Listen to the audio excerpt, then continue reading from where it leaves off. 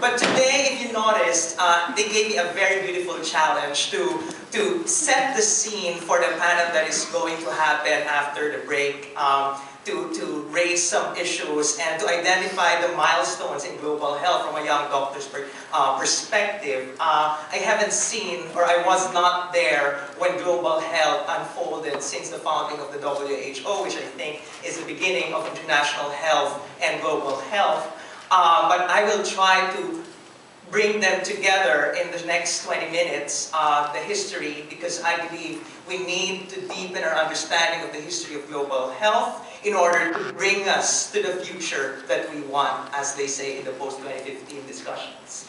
If you will notice, I use the term world's health, and I think this is a response to many of your concerns. Global health, it sounds still medical, you know. It's still perpetuating the old ideas of public health and international health when it's still the doctors and the health professionals. But when we say world's health is a problem of everyone, and it's also an opportunity for everyone to work and contribute for the improvement of our world.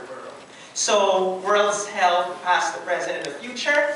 Yesterday, we actually had a very great, setting the scene, as they said. So, partially, the scene was set yesterday with climate change as an issue. And I think the major concern about climate change, there was a huge debate yesterday. Are we willing to overcome the short-term thinking that has afflicted us in the MDG era and think about more long-term problems that we will be facing in the medium and in the long run? So that I think is a main lesson from the climate change issue. The second one is the inequalities issue. I'm borrowing this slide from a professor from Canada to illustrate inequalities. And we're not just talking about health inequalities, social inequalities in general. The unfair distribution of resources globally and locally. They mentioned yesterday there's a growing global rich and a global poor, and it's very it's manifested at the national, in small communities and at a global scale. Are we willing to stop paying lip service to the words equity and justice and really do something with solidarity, with real solidarity, and again, not just superficial cooperation and collaboration, the language that we love when we talk about global health. And then finally, the problem of NCDs. And I think the main lesson that I got from the NCD issue is, are we willing to go beyond the behavior and lifestyle change type of thinking and really address the causes of NCDs? Are we willing to stand up against those forces that we cannot see but really influence the health choices of people worldwide, especially in terms of NCDs? But we actually haven't done our diagnosis well about world's health, planetary health. Because I think, yes, these are our problems in global health, but I think the main problem of global health is the blurry vision and the unclear philosophy that we should be sharing, but it's not articulated. There's still no general agreement on where should we be headed to in terms of the world's health. Okay? And so this is like more of this should be a soul-searching opportunity for us. Where do we want to go, and what are the kinds of values that we want to carry in our global health or world health work beyond 2015? So, of course, we know that health is more than just the absence of disease or infirmity, and that was enshrined by the WHO in 1948. Unfortunately, until now, not everyone thinks this way. Not everyone has really embraced the definition of health as articulated by the WHO in 1948. And that health is a fundamental human right. We love saying those words, but have we really maximized our human rights instruments in order to advance the cause for health for all? I love the Alma Ata Declaration, and I feel blessed to have studied in medical school that gives the Alma Ata Declaration as the first reading assignment. We don't read biochemistry on our first day. We read the Alma Ata Declaration together in order to really, internalize the spirit of health for all and the mission for us doctors in advancing the health of our patients and patients-to-be. And Alma Ata, since Alma Ata, 1978, health inequalities are already deemed unacceptable by governments. Okay? That's more than 30 years ago. And unfortunately, health inequalities still persist, and even have widened. You know? The aim of Alma Ata is health for all by 2000. It's 2013. Definitely, there's no health for all. Okay? So this is the conference that happened in 1978 in Alma Ata, USSR, now Kazakhstan. And then, this is what happened after Alma Ata. I will call this the betrayal of the Alma Ata spirit. Even those the agencies, the groups, the countries that championed the cause of Alma Ata reverted back to the old way of thinking vertical, thinking short-term, selective primary health care, and many other, and it's manifested in the many programs that has transpired in the 1980s until the 1990s. And then here comes the World Bank. And now we're seeing a different, a totally different global health landscape. It's not anymore just WHO. There are many growing actors, and one of the first ones to emerge is World Bank. I've heard someone say sometimes countries listen more to the World Bank prescriptions rather than the World Health Organization's recommendations in terms of health reform and public health. But this is an important transformative document as well in the global health, in the history of global health, because it kind of, connected the relation, emphasized the relationship between health policy, and economic development. And I was actually excited when I discovered just recently that the Lancet just recently organized a commission that will review the World Development Report of 1993, which is entitled Investing in Health. So we are looking forward to grabbing a copy of that report so that we can use this to advance in global health. And then this is another milestone in global health because the Commission on Macroeconomics and Health, it emphasized that there is a need to invest in health in order to allow countries and societies to develop. And this also ushered the growth and emergence of global health partnerships, Global Fund, Gavi, etc. So this is again a very important milestone, and I think this way of thinking has to be reviewed, has to be evaluated. Does this kind of thinking still work for global health, or did it actually worsen the situation in many countries and societies?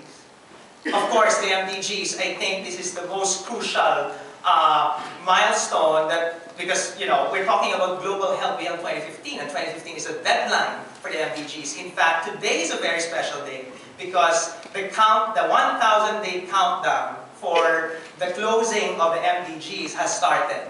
It's today. So we're in a very special moment, and this is also a very special occasion for us to reflect on the MDGs. Is the MDG way of thinking still the best way to bring us forward beyond 2015? And I'm a bit sad that this message did not surface a lot in yesterday's discussions. The Commission on Social Determinants of Health report that emphasized on the importance of addressing the broader determinants of health, the structural and the intermediary determinants of health. They said health inequalities are a combination of a toxic combination of poor social policies and programs, unfair economic arrangements, and bad politics. And these are the issues that the global health community is still hesitant to touch, even at this day and age. And the main message of the Commission is, what good does it do to treat people's illnesses only to send them back to the conditions that made them sick? Are we willing to go beyond the practices that we do in global health and really look into the broader determinants that shape people's health and well-being? And then in 2008, the Director General actually made a call to return to Alma Ata with this report, Primary Health Care Now More Than Ever. Unfortunately, I think right after that, it has never been discussed at all anymore in global health circles. This just suddenly disappeared. But WHO used to be very committed to the revival of the Alma Ata spirit. This is another issue that was not raised yesterday, or maybe it was mentioned in passing. Health systems. We love talking about the diseases, but we don't love talking about the health systems that will prevent and control these diseases. We love bumping diseases against each other, or age groups against each other, child's health versus maternal health versus vulnerable groups, etc. But we don't talk about health systems that will actually address many of the diseases, many disease burdens, and many of the age groups, especially the vulnerable, the underserved. So this is again another issue that I hope we will prioritize in global health, health systems research, brain drain and human resources for health, and many others. And then now we have this global movement towards universal healthcare. More than 100 countries, most of them, all of them developing countries, are now racing towards the UHC finish line. And there's so much discussions happening now. I hope that it will also be part of our agenda, because I strongly believe this will move us forward in addressing NCDs. It will move us forward in addressing maternal and child health. It will move us forward even addressing those we tend to neglect, like road injuries and mental health, and so on and so forth. And even the DG of WHO said that universal coverage is the ultimate expression of fairness. The Swedish health system is a testament to universal health coverage, the power of universal health coverage as an equalizer for health in society. So I hope this is something that we will champion in this day and age. And then now we're discussing about sustainable development, where health is placed in the sustainable development agenda. And these are some of the events that just transpired recently in Botswana, in Bali, and I hope that this conference, we can provide more inputs to these global processes on how we can advance health in the context of the post-2015 agenda. So these are my questions for the future, and questions for the panel that will follow immediately. First, what should be the new philosophy of global health? It's time for us to revisit the mission of global health. We all talk about global health, its importance, but we all talk about different types of global health, you know? And it's confusing, and it doesn't bring us to, you know, one direction where we want to head to. We're still talking about diseases, we're still talking about different age groups, we love bumping them against each other, but we don't talk about life course approaches, we don't talk about systems approaches, we don't talk about the determinants of health, the structural and the intermediary determinants. Second, lessons from the past to create a positive future for the world's health. We tend to have amnesia all the time when it comes to the policies that we craft and the programs we develop and the researches that we do. Okay? It's important to look back to the past in order to bring us forward. So I hope there will be real discussions on what really went wrong before. Why did Alma Ata did not prosper? Or was betrayed by these organizations? And why and the MDGs, you know, for example, the Philippines, we're lagging behind even for the goal of maternal health, from 160 mmR to 200 mmR in 2011. And that says something about our approach to the Millennium Development Goals. And then the most important challenges in global health beyond 2015. And I'm not talking about what will be the major disease burden beyond 2015, or who will be the most vulnerable groups beyond 2014. I'm talking more about governance problems in global health, the major approach and philosophy. I hope these are the core issues that we will be tackling for the next couple of hours. Role of young people and students. And I'm not just talking about medical students. Okay? I'm a medical student, but I strongly believe that intersectoral collaboration across disciplines is very important. We've been talking about intersectoral collaboration yesterday, but we never touched on intergenerational dialogue for the improvement of world's health.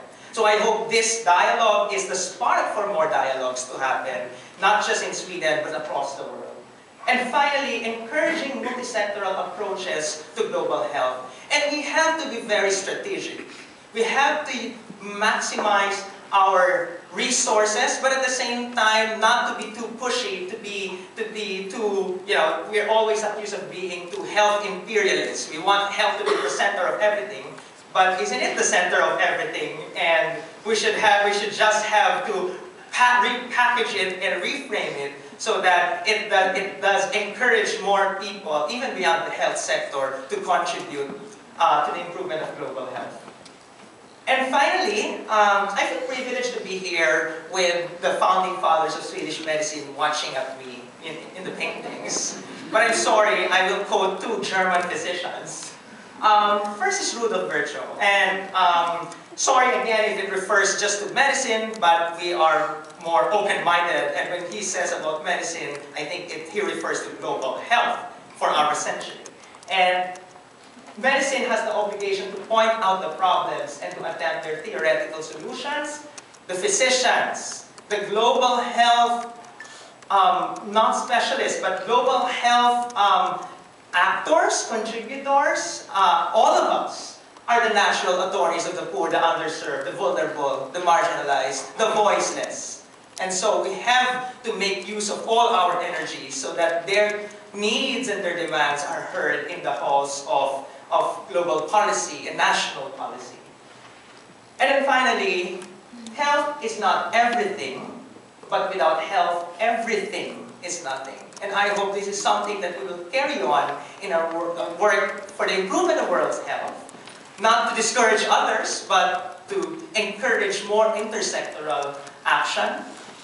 Because at the end of the day, those kinds of holistic, cross-sectoral approaches are the ones that will bring us forward in addressing our global health challenges. This, I think, is the main disease of our century. Can we please stop global whining, complaining, thinking about the problems, dwelling about these problems, but not thinking of solutions? We should do more discussions, but we should do more and more research, more and more implementation, more and more advocacy and education, more and more policy lobbying in the halls of Congress to the halls of the United Nations. We should be doing more and more of these. And this is also a clarion call to my fellow students and young people here. Let's embrace the mission of closing the gap in our generation. And so that we'll not repeat the same mistakes again, and that health for all, health and opportunities for all becomes a reality in our generation in the 21st century. Thank you very much.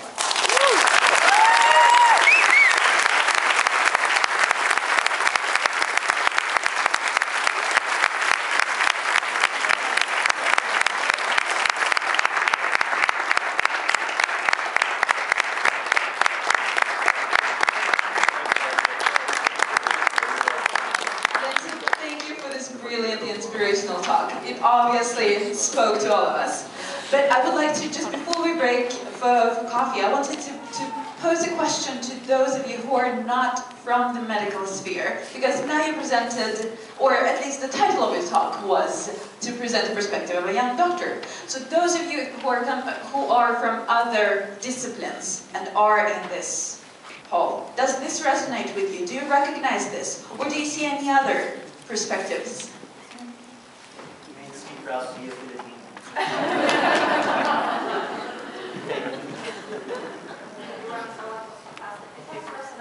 I'm not from the medical field, I'm from health promotion, and I know that Renzo knows that field as well. I'll be on the panel, so I'll talk more about the perspectives of health promotion later, but this really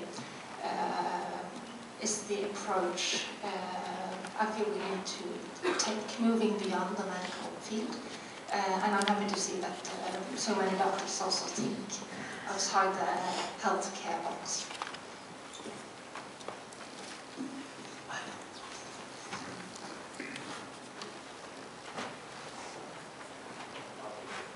Hi, I'm also not a medical student. I'm an anthropologist, and specifically a medical anthropologist. I thought I would share with you what exactly you have to do in order to get a doctorate in medical anthropology. So, first, you have to become fluent in the language of the field site where you intend to do research, which I think is rather unique. Second, you have to live in your field site. Minimum for 1.5 years, usually for closer to 2 years. It's how long I spent in the field over the space of several years. And then you have to write a book, right? A 300 or 400-page book about what you did during those 2 years. So for us, the idea that you would spend, let's say, 5 or 6 years learning about organic chemistry and then learning about diagnostics and anatomy, and then spend, let's say, 1 month doing an exchange in Ghana or something, and come back and be a global health expert is odd. It's not invalid. It's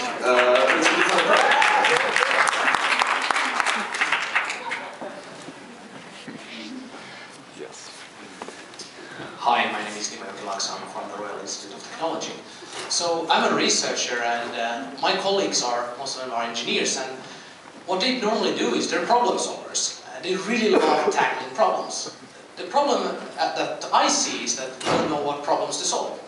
And that's why it's very interesting to be in this kind of room, because obviously there's so many problems, and the US medical students and medical doctors face these problems. You're out there in the field and you see these problems, and normally we don't. I mean, a lot of engineers tend to be kind of in their labs or working with their problems. So I would actually encourage you guys to just contact us. We're working sometimes with really phony, weird stuff, and we really love to make a difference. So that's an invite from us engineers to you guys.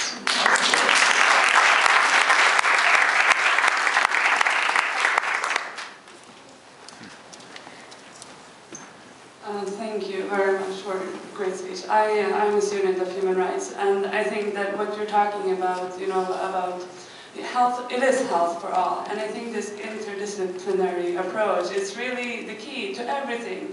Because in studies, we're so used to saying, oh, this is that department and this is that department, we have to keep them separated.